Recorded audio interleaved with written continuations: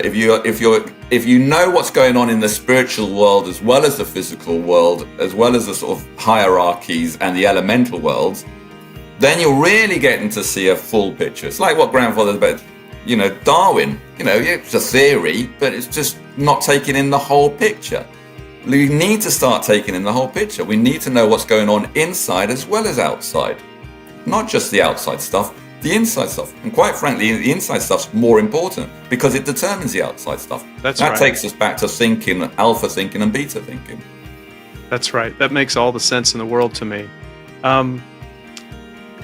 Could you, I'm curious if there's much correspondence or interaction between your grandfather and Tolkien, or were, because you mentioned Harwood and Lewis, was Tolkien more adjacent? Was their relationship long-standing, or was it just periodic?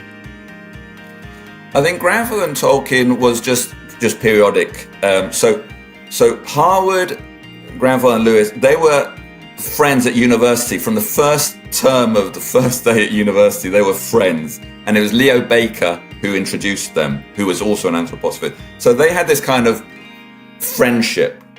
Whereas Tolkien was a kind of colleague at the university, in a faculty colleague and things. So grandfather met him on a number of occasions. As I say, Lewis introduced him from 1926, and they went on walks, particularly in the 30s. But Tolkien had his own views.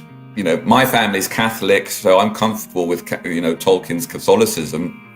That's fine with me. But that's just different to the others. And actually, Lewis and Tolkien, by the end, they couldn't stand each other. They weren't even talking to each other.